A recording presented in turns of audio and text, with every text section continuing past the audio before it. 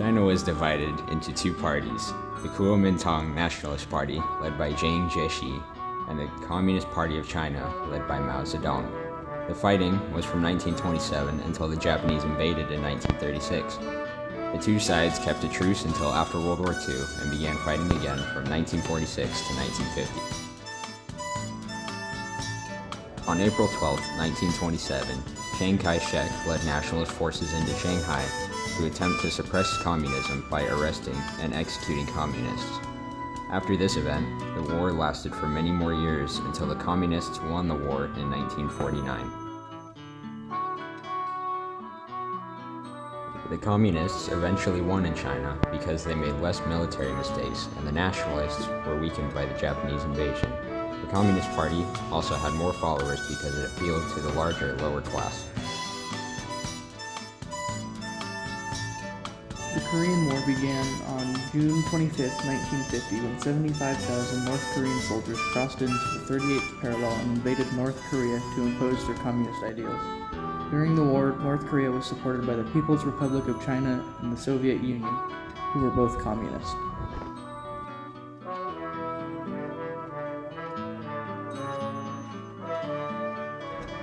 The UN Security Council recommended that member states provided military assistance to South Korea.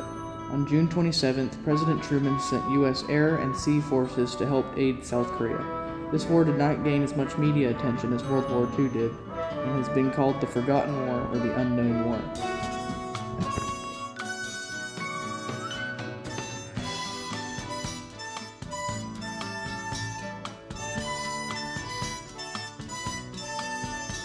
General Douglas MacArthur, a World War II hero, led the Americans to drive back the North Koreans with a bold plan to attack behind enemy lines in the treacherous tides of Incheon, where they wouldn't be expecting an attack. American forces kept advancing past the 38th parallel even after the weather got harsh.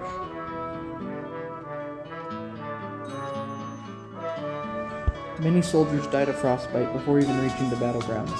As the UN forces began getting closer to China to unify the Koreas, China threatened to strike back. MacArthur assured Truman that they wouldn't attack.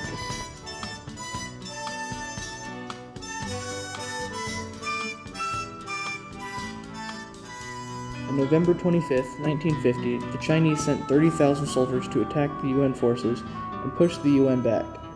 MacArthur favored total war and wanted to invade China, but President Truman opposed this idea and called for a limited war.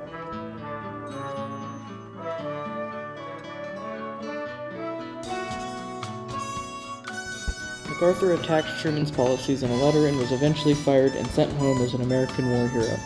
The UN forces eventually stabilized their position near the 38th parallel in spring of 1951. The stalemate lasted another 3 years with only limited results.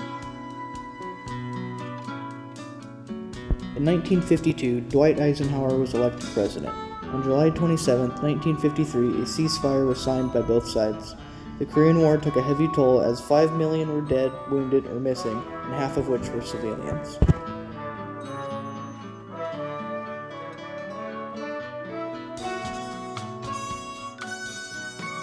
The U.S. dropped more bombs in the Korean War than they did in the whole Pacific during World War II. 37,000 Americans were killed and 103,000 were wounded in the war. During the war, forces became racially integrated, but relations with China greatly decreased.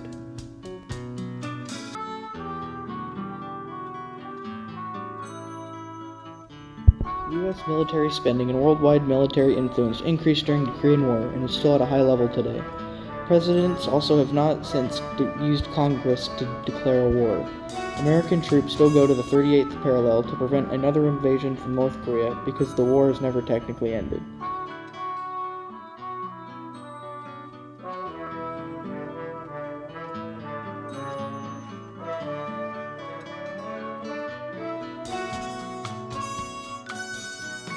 Only the ceasefire stops the two sides from fighting.